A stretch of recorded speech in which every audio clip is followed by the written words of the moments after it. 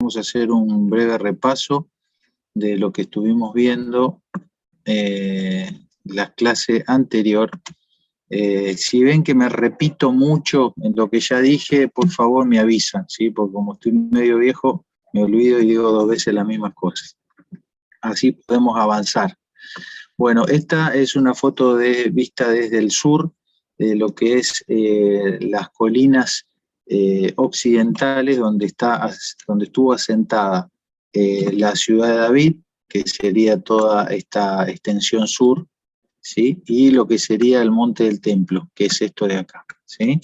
Esta es nuestra área de trabajo. Este es el Monte del Templo visto desde el oriente, desde el Monte de los Olivos. Esto sería el sur que vimos recién, que es la antigua ciudad de David, y este es el Monte del Templo, un lugar que lamentablemente, ¿no? El Señor ya tuvo que anticipar que otras naciones, otros pueblos vendrían a las puertas de Jerusalén a sitiarla y a tomar posesión de ella, y efectivamente eso es lo que sucedió en muchas oportunidades. Este es el videíto que vimos el otro día en el culto del domingo, lo voy a pasar rápidamente para ubicarnos.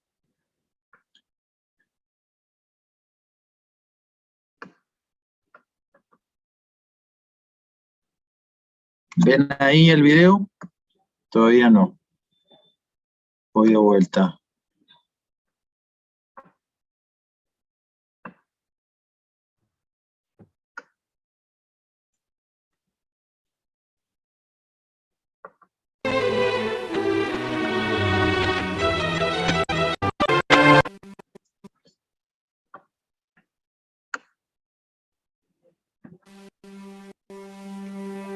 Ahora sí, ¿no es cierto? ¿Lo pueden ver? Sí, y ahora se ve. Bien. Entonces, tenemos ahí una panorámica. Ahí estamos viendo desde el sur. Hacia el sur nos llevamos yendo hacia lo que era la antigua ciudad de David, el Monte Sión, con ese muro, el primer muro que hubo.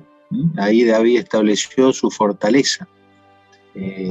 Y hacia la derecha, el Valle del Cedrón, que sería el oeste. Nos estamos yendo hacia el este, sureste, ¿sí? Vemos el resto de las murallas más antiguas, y lo que vemos ahí en techos rojos ya es una construcción más bien de tipo romana, ¿sí? Donde estaban la fortaleza de Herodes, el palacio de Herodes y otras construcciones ya más modernas, digamos, en relación al tiempo, ¿no es cierto? Mucho más posteriores que la época de David que estamos analizando hoy. Después ustedes pueden observar,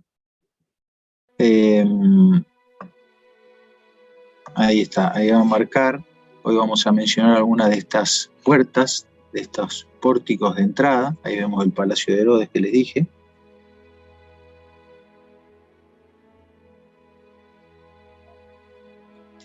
Ahí nos estamos yendo hacia el norte, noroeste de la ciudad, y vemos otras puertas de entrada, cómo la ciudad fue creciendo, como cualquier ciudad del mundo, y van creciendo sus límites. Ahí se señala lo que sería el lugar de la crucifixión, el Gólgota, que originalmente estaba afuera de la ciudad y después fue quedando adentro de los muros de la ciudad cuando la ciudad creció, ¿sí? Ahí vemos, se marca lo que sería una parte más nueva de la ciudad, y ahí estamos ahora desde el norte, mirando en sentido norte-sur, donde podemos ver la fortaleza Antonia. Es una construcción romana. De allí el apóstol Pablo dio una de sus últimas prédicas antes de quedar preso, en las escalinatas de esa fortaleza, y ahí vemos toda la explanada del monte del templo, donde está el templo de Salomón, antiguamente, ¿no? Después esa explanada más grande, que ahora la vamos a ver en otro documental, todo lo que es la explanada mayor que construyó Herodes. y allí tenemos las diferentes partes y murallas que mandó ya a construir Herodes, que no estaban en la construcción inicial del templo de Salomón. Muy bien. Entonces, hasta aquí nuestro primer video.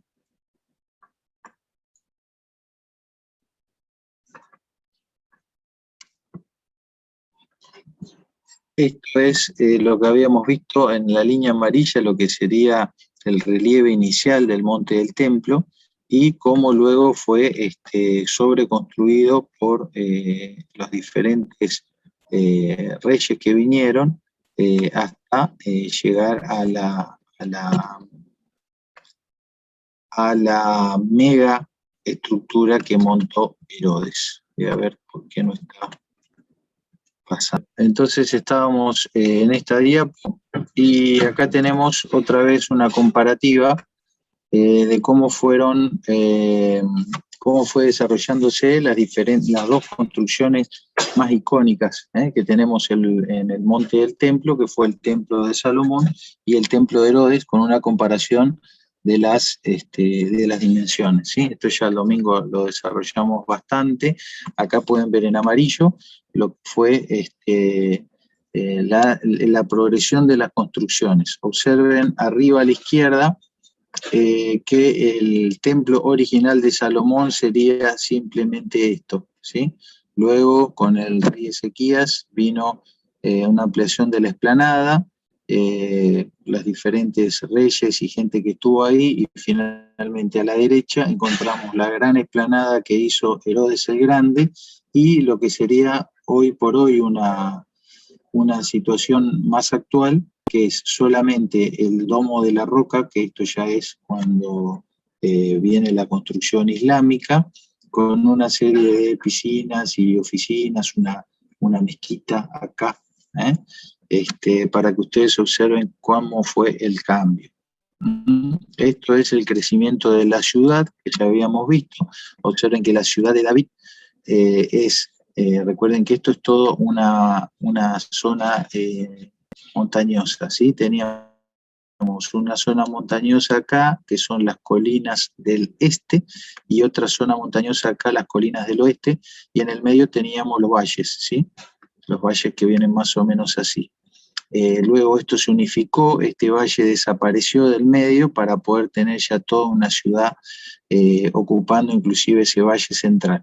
Observen que la ciudad de David, luego viene la construcción del monte del templo más hacia el norte, y cómo luego con los diferentes reinados fue creciendo. Cómo esto se volvió a reducir después de los 70 años de cautividad, y Nehemías tiene que comenzar de vuelta la reedificación de los muros de la parte más antigua de la ciudad, el reinado en la época griega, en la época de Jesús. Justo antes de la destrucción de los romanos, la ciudad de Jerusalén llega a su máximo crecimiento, y después nuevamente durante el periodo bizantino, que es cuando los cristianos vuelven a tomar posesión de ese lugar. Bueno, esta nuevamente la explanada del templo. Disculpen si algunas fotos quedaron desordenados. Sí. Tenía una pregunta rapidito. ¿Viste cuando dijiste de Nehemías que tuvo que reconstruir los muros? Sí. ¿Eso sería cuando hacían con los vecinos de enfrente, que cada uno hacía una parte, o en qué periodo fue eso? Exactamente. Fíjate cómo esta ciudad, lo que es en amarillo, ¿no? Digamos, el crecimiento máximo que tuvo acá, y después en este periodo viene la invasión babilónica. Son 70 años de cautividad. En esos 70 años de cautividad la ciudad quedó destruida, y cuando viene Nehemías, 70 años después, viene a reconstruir los muros de esta ciudad, ¿sí? De esta parte. Ahora vamos a ver un relato donde se nos dice precisamente la construcción de una parte del muro interior acá, en la zona del Ofel, que habíamos visto, que era como un vallecito que separa esta colina de esta otra colina, ¿sí? Y eso es la construcción del muro en 50 días que hicieron, exactamente. Bueno, vamos a ver si podemos ver este video que quedó prometido desde el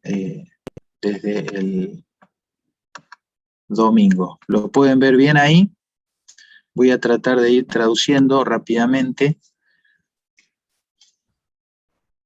Es la construcción del templo de Herodes, ¿sí?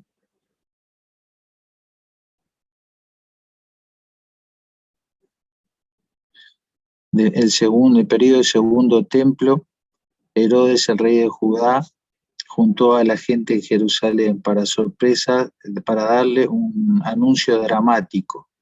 Herodes tenía la intención de arrasar el templo construido y volver a hacer otro en el monte Moriah, ¿sí? Para todos aquellos que habían vuelto de Babilonia. Los judíos estaban sorprendidos. Ellos pensaron que ese tirano que los había matado no iba a poder hacer esto. Estaban asustados porque ellos lo dominaban. Ellos estaban preocupados porque Herodes pensaba que los iba a destruir, porque ellos habían dejado de servir a Dios. La gente estaba asombrada. ¿Qué sucedería? Josefo hace un recuento de lo que hizo Herodes, de cómo él preparó todos los materiales para el edificio, moviendo piedras que no estaban antes en el templo. Acorde al Talmud, la historia dice que Herodes y los judíos, en una reunión privada con uno de los sumos sacerdotes, Herodes le expresó el deseo de redimirse de toda la violencia que los romanos habían generado y hacerle un templo más glorioso.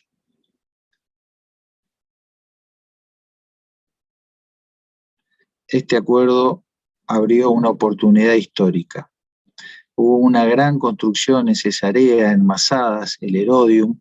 Recuerden que Herodes era un gran constructor. Y este era un proyecto que iba a ser hecho en conjunto entre los romanos y los judíos para construir un lugar de adoración magnífica y dejar atrás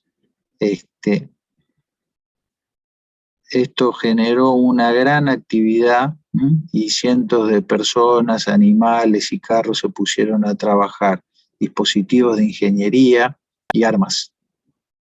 Cientos de judíos trabajaron, ingenieros romanos también, para hacer esta tarea. Cientos de sacerdotes tomaron lugar en la construcción del templo. Pero había un problema que todavía ellos no habían determinado. El monte Moriah, el lugar designado para la construcción del nuevo templo, era una superficie muy estrecha. La construcción posible, el lugar para la construcción necesitaba hacer primero una inversión monumental.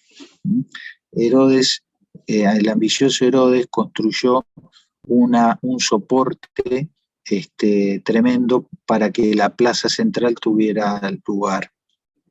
Las piedras que aseguraron la estabilidad del monte del templo son estas piedras que ustedes ven ahí. Pesan muchas toneladas. Las piedras mayores pesaban cientos de toneladas. Esta, por ejemplo, es una piedra de 600 toneladas ubicadas en la base para estabilizar la base del templo sobre una sólida roca. Transportar estas piedras requirió una gran obra de ingeniería y sofisticada tecnología, y lo más importante, un trabajo muy duro. Esta es una parte de la entrada de la base del templo. Muchas piedras midiendo de 2 a 4 metros de largo fueron traídas desde ese lugar. Nosotros podemos ver cómo hay una imagen negativa grabada en las piedras. Nosotros descubrimos orificios generados por las picas, ¿sí? Las formas de los canales, herramientas primitivas, pero métodos que se usan hasta el día de hoy. Estas piedras debieron haber sido traídas a través de bueyes. Algunas de estas piedras fueron envueltas en rodillos circulares de madera como ruedas, o deslizadas a través de rollos y movidas por hombres y animales. Para levantar las piedras hasta ciertas alturas, los constructores hicieron como si fueran elevadores. Las piedras fueron puestas en lugar de una forma muy precisa. Esto fue posible por una técnica conocida como, una técnica que se le dio el nombre de Herodes, ¿sí? Los constructores podían bajar la piedra con gran precisión. Cada nueva línea de piedra estaba ubicada algunos centímetros más adentro de la otra, construyendo una especie de pirámide, y fueron unidas por las piedras angulares de las esquinas, dándole más soporte inclusive antitemblores. El transporte, el calado de las piedras, la elevación de las piedras, todo el trabajo requirió gran precisión. Estas son las piedras del muro occidental. Mientras los constructores trabajaban, se formó también un sistema de drenajes. Las piedras fueron levantadas hasta una altura tremenda de 300 metros por el nivel de 30 metros por el nivel original. Las dimensiones del templo fueron extraordinarias. Las paredes occidentales se elevaron por 500 metros. 144.000 metros cuadrados, igual a 30 canchas de fútbol. Era la superficie. Pero el monte del templo era solo el cuadro. El mayor desafío era la construcción del templo propiamente dicho. Los trabajadores no pararon. Trabajaron de día y de noche. Inclusive en momentos de intensa lluvia. Les pido un segundo, hago una pausa, un segundo.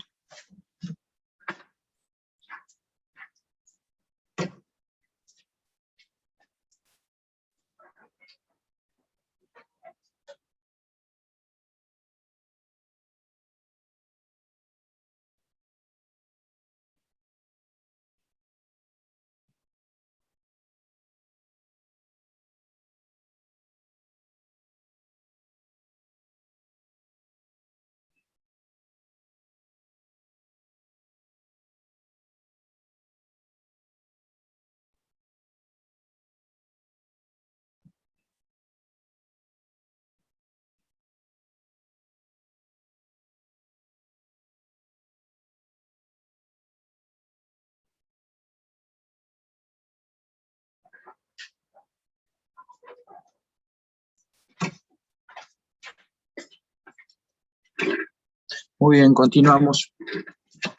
¿Están todos ahí? ¿Nadie se durmió? Acá estamos. Bien, sigo. Estamos.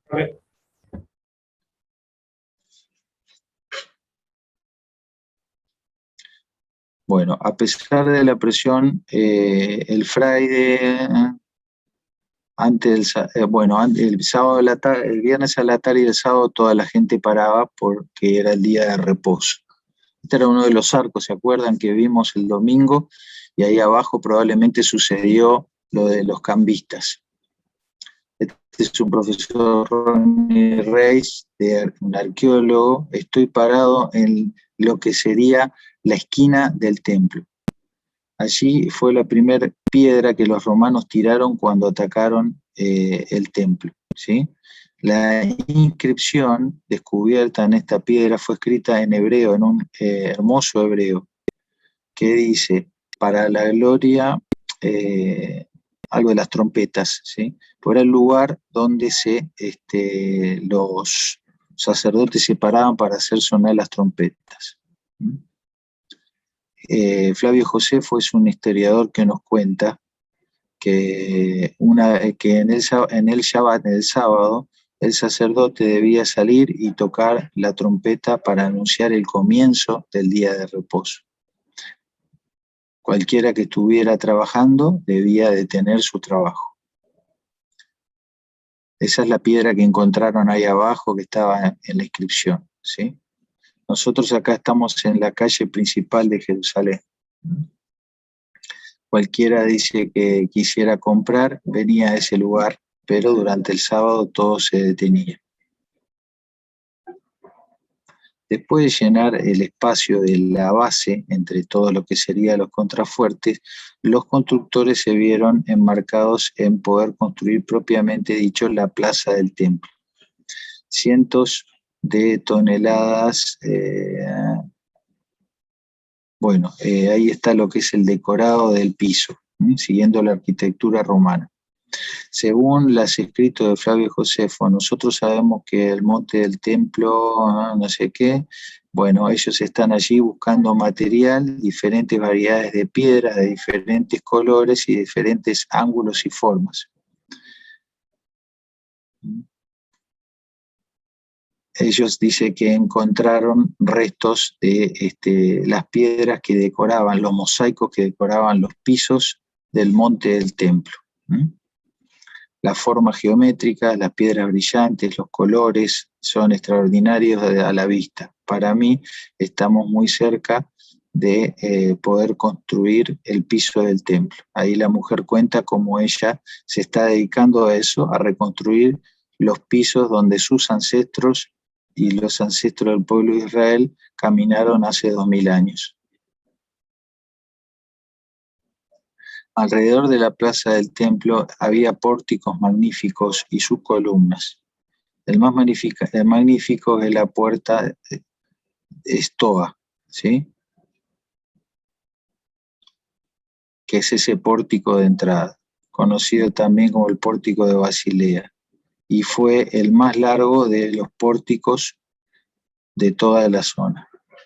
En el libro de Flavio Josefo, Antigüedades para los Judíos, describen las características de las columnas. Contenía 162 columnas, hechos de una sola piedra cada columna. Se hacían falta 3 hombres para poder rodear el ancho de una columna. Esta estructura fue una especie de basílica y fue usado con propósitos seculares. En esta locación, en este lugar, alguno de la gente del Sanedrín hacía sus comercios. La entrada principal permitía que abajo sucediese una especie de shopping. ¿Ven? Ahí vemos la entrada en lo que sería el arco de Robinson, que cruzaba por arriba de esa calle y permitía hacer una entrada principal al templo. Las entradas principales al templo tenían dos entradas principales. Esto aseguraba que la gran multitud pudiera entrar y salir sin problema, una de entrada y otra de salida.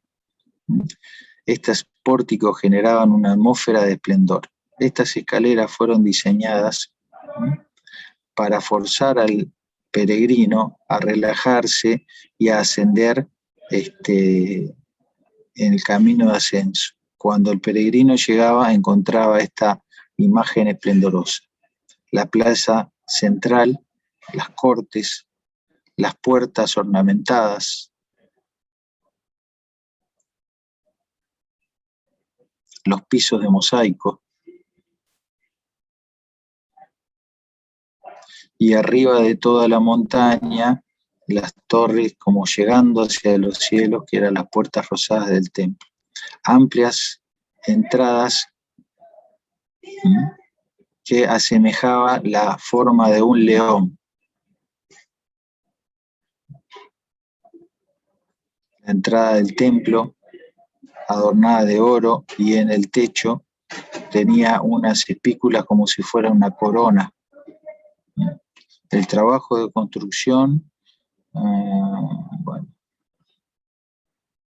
fue hecho bajo la dirección de Herodes. Los residentes de Jerusalén miraban este trabajo. Estaba el más grande y más magnífica casa de adoración que existía en todo el mundo. Ni siquiera Tito, aún Tito, cuando destruyó el templo, declaró esto. Hemos visto el templo de Herodes, un templo que nunca antes se había visto. Cientos de miles de peregrinos, judíos y no, venían al templo a adorar al Dios de Israel. Ellos venían alrededor de todo el mundo para ver el edificio sagrado más grande de todos. El templo fue hecho para el Dios invisible, sin imágenes y sin ídolos, y sus puertas abiertas para todos. Una casa de oración para todas las naciones.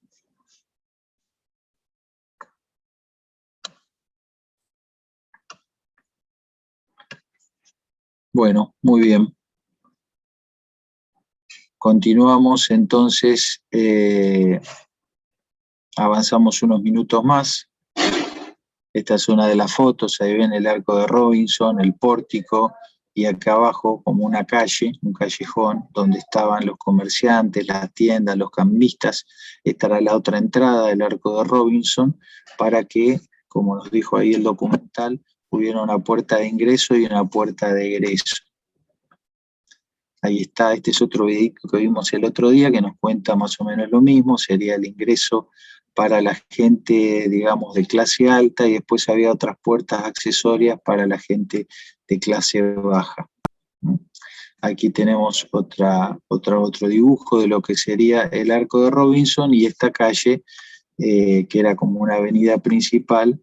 Esto es el muro occidental. Y acá, bueno, lo que queda hoy es simplemente vestigios, ¿sí? Queda esta parte, lo que se ve pegado al muro occidental. Bueno, las diferentes estructuras ahí, las piedras de la base de los fundamentos, algunos restos de puertas que en algún momento estuvieron y ahora están cerradas, ¿no? Porque fueron tapiadas. Esto ya vimos cómo la estructura ahora tiene unos 19 metros, pero queda otro tanto bajo tierra de lo que fue la construcción original, ¿sí? Acá nuevamente la esquina esta con inscripción, que sería el extremo del templo. Un plano de la actualidad, ya vamos a ir viendo esto más adelante. Habíamos hablado de esta puerta dorada, que si bien en la Biblia no se nombra como puerta dorada, sería una puerta del lado oriental que estaría dando hacia el monte de los olivos, ¿sí? Y esta puerta es conocida como la puerta de la misericordia. Acá ustedes pueden ver esta misma puerta, una foto tomada desde el monte de los olivos, ¿sí? Bien, estas son otras puertas en lo que sería el perímetro actual de la Ciudad Vieja, ¿sí?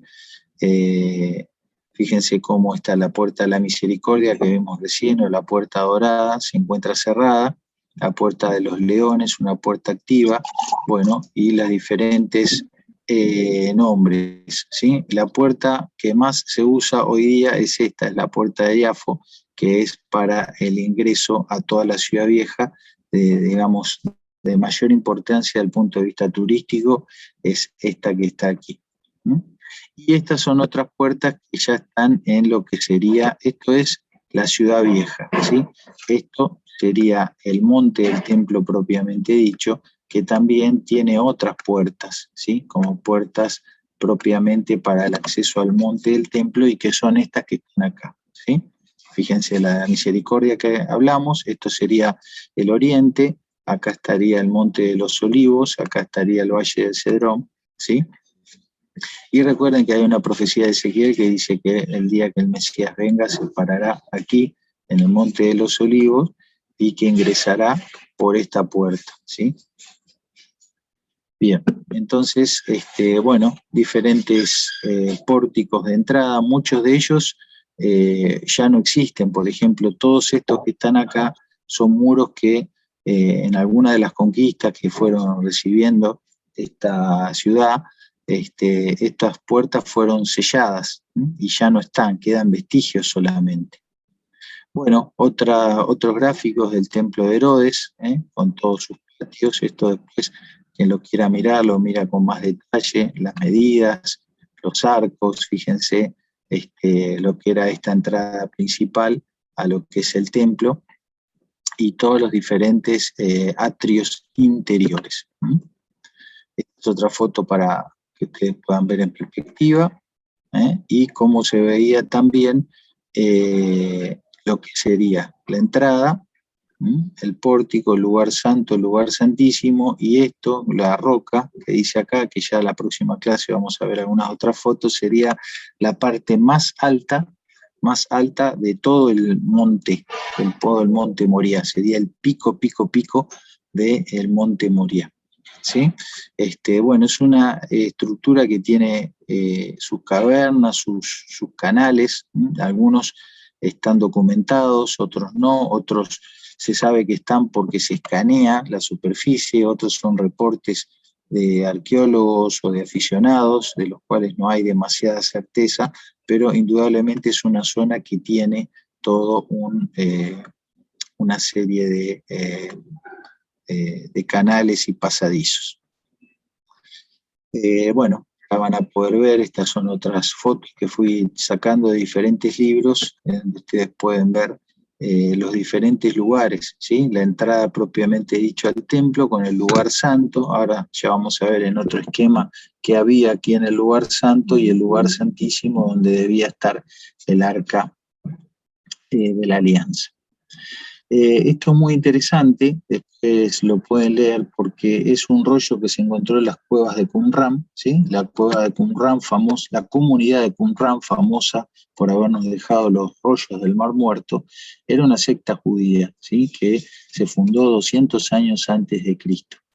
Este grupo le preocupaba lo que ellos consideraban los sacrificios contaminados que se hacían en aquella época, por eso fue que ellos se retiraron a vivir en forma aislada y a mantener otro nivel de, vamos a decir, de pureza ritual. En su búsqueda del templo ideal, ellos hacen una descripción, lo que se conoce como el rollo del templo, y es el registro gráfico con más detalles. Por supuesto no es escritura inspirada por Dios, pero cuando nosotros leemos en el Antiguo Testamento las características de la construcción del templo y demás, no hay demasiada información. Este sería un documento muy antiguo, fíjense que hablamos del 200 antes de Cristo, donde nos darían otra información de lo que podría haber sido, por tradición, las particularidades del templo, ¿sí? Las características del templo en su versión original y no en la versión de Herodes. Recuerden que Herodes no fue precisamente alguien muy santo que digamos, por más de que hizo esa mega construcción, ¿sí? Entonces estos rollos del templo que se encontraron en la comunidad de Qumran contienen instrucciones arquitectónicas para la construcción del templo y una descripción detallada de los sacrificios, de las fiestas, cosas que no están mencionadas en la Biblia, ¿sí? Entonces, bueno, interesante esta información extra bíblica, pero de las más antiguas que se tienen. Bueno, y ¿cuál fue la construcción o el emplazamiento anterior al templo? Bueno, fue el tabernáculo, ¿sí? Aquella tienda de campaña, de alguna manera, que Dios mandó a construir por mano de Moisés cuando salieron de Egipto, ¿sí? Y fíjense lo interesante de esto, la puse porque ustedes pueden ver que el tabernáculo de reunión, que es esta estructura, se encontraba ubicado en el medio de la distribución del resto de las tribus. Es decir, en esos 40 años de peregrinaje en el desierto, cada vez que la nube o la columna de fuego se detenía, el pueblo de Israel se detenía y de su marcha y levantaban sus tiendas. Y por supuesto levantaban también el tabernáculo de reunión, que era como un templo portátil. Bueno, eso no se hacía así nomás, sino que cada tribu tenía una zona donde tenía que levantar las tiendas y el tabernáculo de reunión estaba en el centro, ¿sí? Y quiero destacar acá la palabra centro, que está muy relacionado con la palabra, no sé por qué estoy escribiendo así, pero quiero destacar otra palabra que nosotros la tenemos en griego, que es de donde viene la palabra centro, que es la palabra kentron, ¿sí? Y algo particular de todo esto es que cuando nosotros pensamos en autoridad, por ahí nos imaginamos algo piramidal, ¿no? Y decimos, bueno, la mayor autoridad o el más importante va a estar acá, arriba.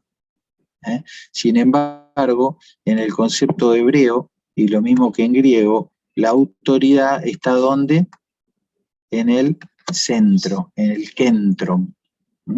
Por eso es que la arquitectura de nuestras ciudades también conserva eso, y en el centro de la ciudad tenés el municipio, tenés la casa de gobierno, tenés la plaza, ¿sí? Entonces esa es una idea de decir, ese es el centro de autoridad. Y Dios ejercía su autoridad y su presencia estando en el centro de las tiendas de Israel. Esta palabra también nos hace acordar a cuando Pablo tiene el encuentro allí con Jesús en camino a Damasco, y ¿qué le dijo Jesús a Pablo?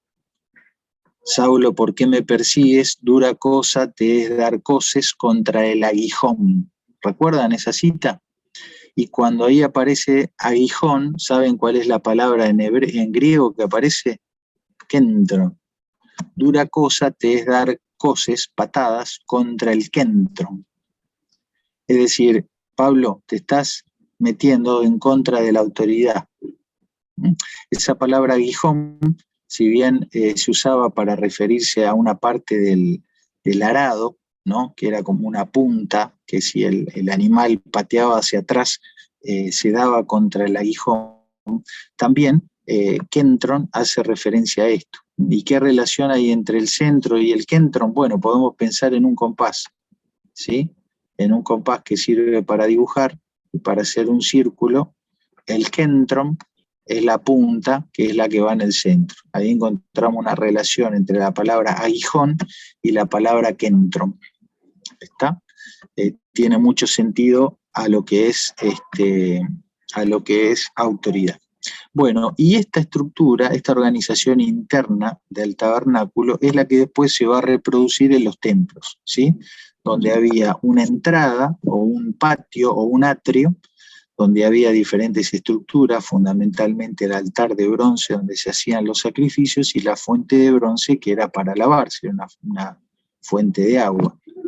Y después teníamos el lugar santo y el lugar santísimo, ¿sí? En este lugar santo contenía tres cosas. Contenía la mesa de los panes de la proposición, contenía un altar para el incienso y el candelero o candelabro de los siete brazos.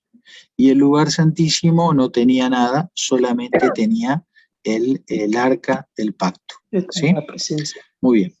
Entonces, bien, exacto, el lugar donde Dios se hacía presente físicamente, de alguna manera para interactuar con el pueblo. Observe las medidas, 46 metros de largo por 23 metros de ancho. ¿Está? Muy bien, acá tenemos otra representación donde pueden ver el altar de bronce, la fuente de bronce y la tienda donde teníamos el lugar santo y el lugar santísimo. Fíjense que por fuera no era una cosa vistosa, era una tienda con telas, ¿sí? Y nada más. Y bueno, dentro del arca del pacto teníamos las tablas de Moisés, la vara de Aarón que había florecido y una porción del maná. Muy bien. Entonces, acá tenemos otra reconstrucción. Y adentro, el lugar santo y el lugar santísimo. La mesa con los panes de la proposición, el candelero con sus brazos y el altar con el incienso. Todo esto, bueno, requeriría una descripción, un estudio que no es el caso. Y llegamos a ver el arca del pacto porque es lo que nos va a vincular con la historia de David. Vamos a volver a esta historia central porque nos fuimos un poquito por las ramas, ¿sí? La historia central, dígame cómo estamos de horario, para saber hasta dónde avanzo. 4 bueno, y 2. ¿Podemos hacer 5 minutitos más? Manuel, ¿vos podés? Sí, ya estoy en el celu, así que no hay problema. Ok. Bueno, la historia del recorrido del arca es una historia interesante que no ha tenido fin, ¿sí? Porque vemos cómo desde el momento en que Dios allí, al pie del monte Sinaí, les da todas las indicaciones para la construcción. Se produce la migración durante 40 años en el tabernáculo, ¿sí? El cruce del río Jordán por mano de Josué, y cómo marcharon allí hacia Jericó. Bueno, durante el periodo de los jueces, esta arca junto con el tabernáculo estuvieron en diferentes lugares, ¿sí? Estuvieron en Silo, estuvieron en Betel, algunos lugares donde ya estuvimos anteriormente, ¿sí? Durante mucho tiempo estuvo allí en Silo. Después, ya más cercano a la historia que vamos a contar hoy, los filisteos se apoderan del arca, y ellos reciben allí una serie de maldiciones, por los cuales deciden devolver el arca, y acá es más o menos donde vamos a ver hoy la historia. Acá tenemos después el momento en el cual el arca es trasladada ya por mano de David, y la historia de hoy va a estar alrededor aquí, cuando David quiere trasladar el arca a Jerusalén, pero se produce esa circunstancia donde Usa era uno de los que lo estaba transportando, mete su mano en el arca y cae muerto, por lo cual David deja por un tiempo el arca fuera de Jerusalén y finalmente decide trasladarla a Jerusalén, colocándola probablemente en lo que era la parte sur de la ciudad, es decir, en la ciudad de David. Luego él pone en su corazón querer construir el templo, pero eso recién va a suceder por manos de su hijo Salomón. Y una vez que está construido y dedicado el templo, recién el arca puede residir en lo que sería el templo de Salomón, ¿sí? Luego no sabemos más nada del arca. En el libro de Jeremías ahí hay alguna información, pero a partir de allí el arca está perdida o, bueno, destruida, no lo sabemos, algunos dicen que está oculta. Lo que sí sabemos es que la promesa es que esa arca será reemplazada por la presencia misma de Jehová. Bueno, fíjense, lugares donde el arca y, digamos, se establece más que nada un culto al Señor antes de que eso se centralizara en Jerusalén. Y está esta hermosa profecía del profeta Isaías que dice: acontecerá en los postreros días que el monte de la casa del Señor será establecido como cabeza de montes. Fíjense, monte de la casa del Señor, y se alzará sobre los collados y confluirán a él todas las naciones. Vendrán muchos pueblos y dirán: venid, subamos al monte del Señor, a la casa de Dios, para que nos enseñe acerca de sus caminos y andemos en sus sendas. Porque de Sión saldrá la ley y de Jerusalén saldrá la palabra del Señor. Y juzgará entre las naciones y hará decisiones por muchos pueblos. Forjarán sus espadas con rejas de arado y sus lanzas en podaderas. No alzará espada nación contra nación ni se adiestrarán más para la guerra. ¿Sí? Entonces, esta hermosa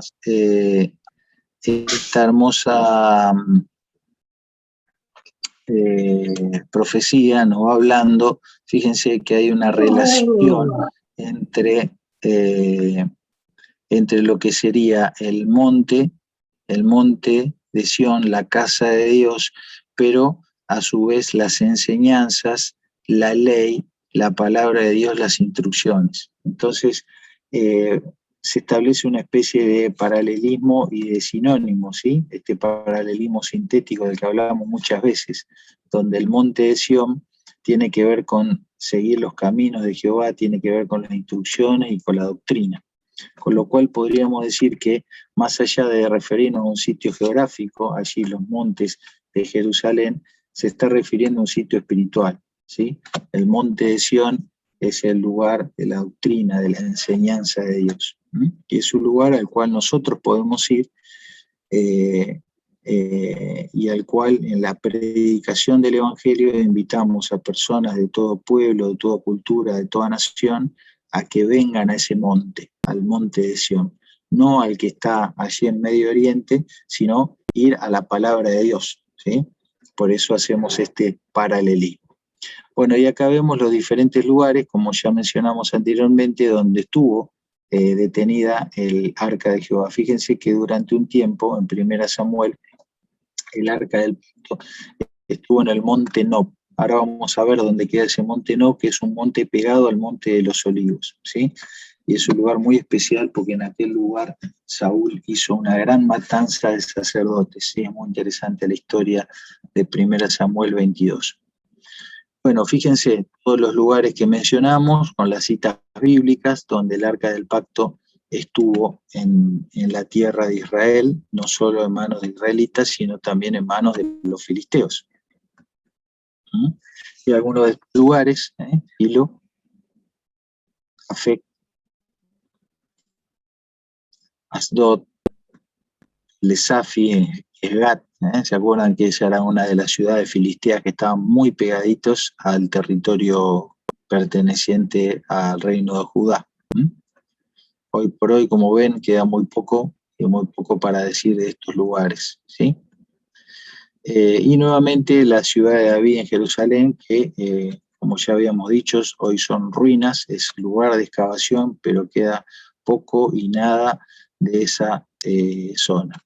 Esta es la historia previa a la llegada del arca a Jerusalén. Como habíamos dicho, dice así: cuando llegaron a la era de Nacón, Usa extendió la mano al arca de Dios y la sostuvo porque los bueyes tropezaban.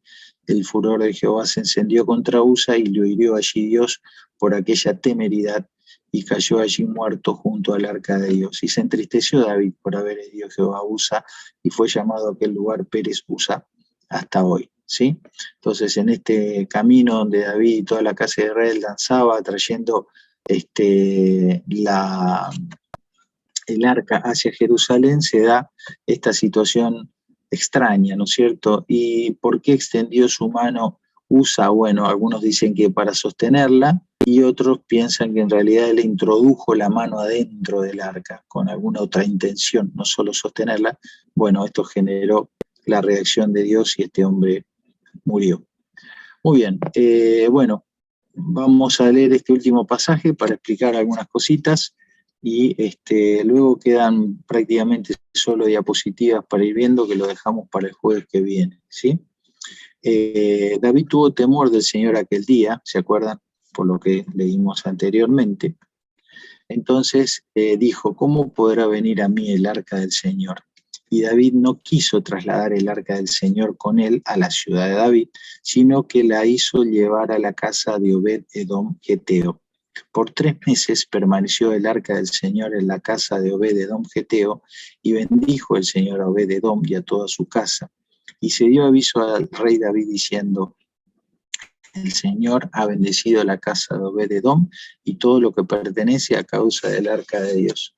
Entonces David fue y con alegría hizo subir el arca de Dios de la casa de Obed-Edom a la ciudad de David. Y sucedió que cuando los portadores del arca del Señor habían andado 6 pasos, él sacrificó un buey y un carnero cebado.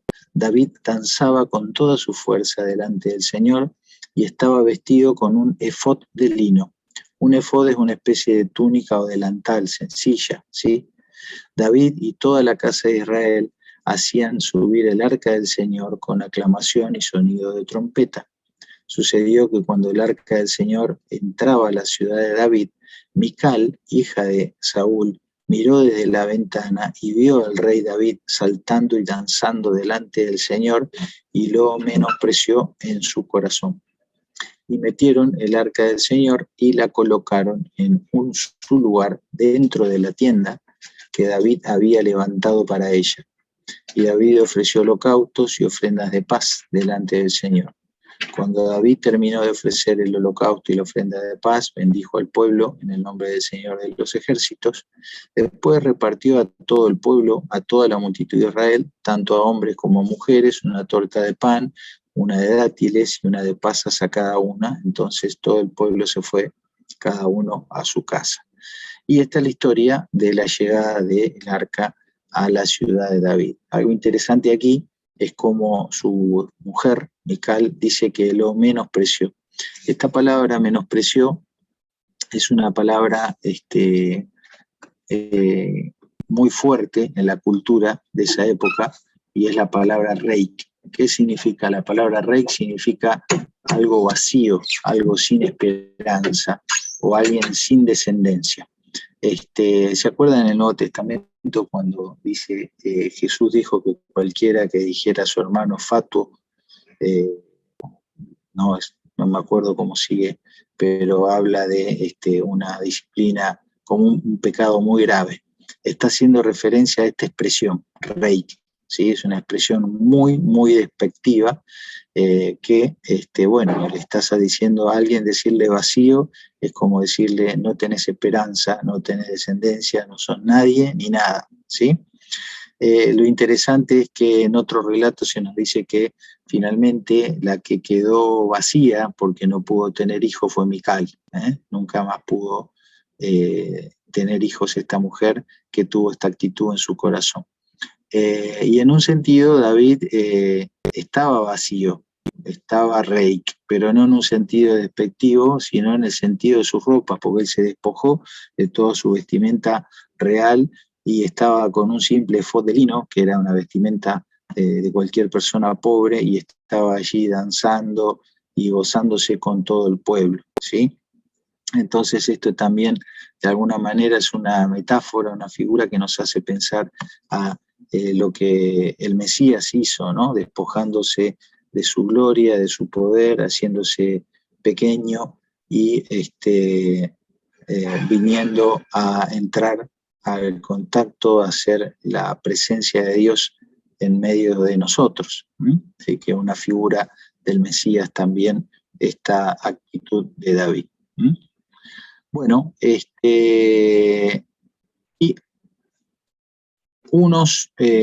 fíjense que esto está en Samuel capítulo 6, ¿sí?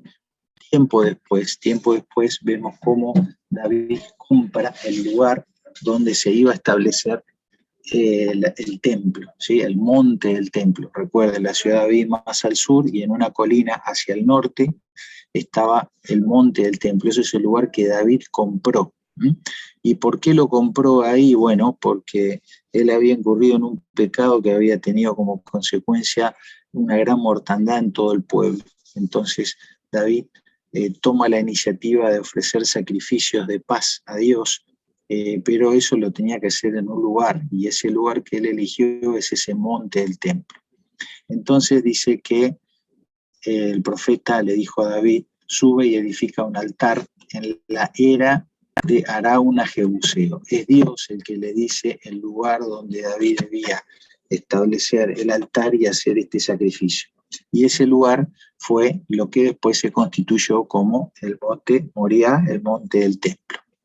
Fíjense qué interesante que todavía había territorio que le pertenecía a jebuseos, ¿sí? Arauna era un jebuseo, es decir, un cananeo, y sin embargo todavía él estaba allí conviviendo y teniendo propiedades en esa zona. David subió conforme a la palabra del profeta Gad, como el Señor le había ordenado. Arauna miró y vio al rey y a sus siervos que venían hacia él, y saliendo Arauna se postró en rostro delante del rey. Entonces Arauna dijo, ¿por qué ha venido mi señor al rey y a su siervo? Y David le respondió, a comprarte la era es el territorio, ¿no? El terreno, para edificar un altar al Señor a fin de tener la plaga del pueblo. Arauna dijo a David, tome y ofrezca mi señor el rey lo que le parezca bien a sus ojos. Mira los bueyes para el holocausto, y los trillos y los yugos de los bueyes para la leña. Todo, oh rey, Arauna lo da al rey. Y Arauna dijo al rey, que el Señor tu Dios te sea propicio. Y les dejo esta historia para que después la lean, porque me gustaría que alguno me cuente, si recuerde, qué fue lo que David le respondió a Arauna cuando Arauna le ofreció gratuitamente los bueyes y la leña para el sacrificio del holocausto. ¿Alguien sabe lo que dijo David?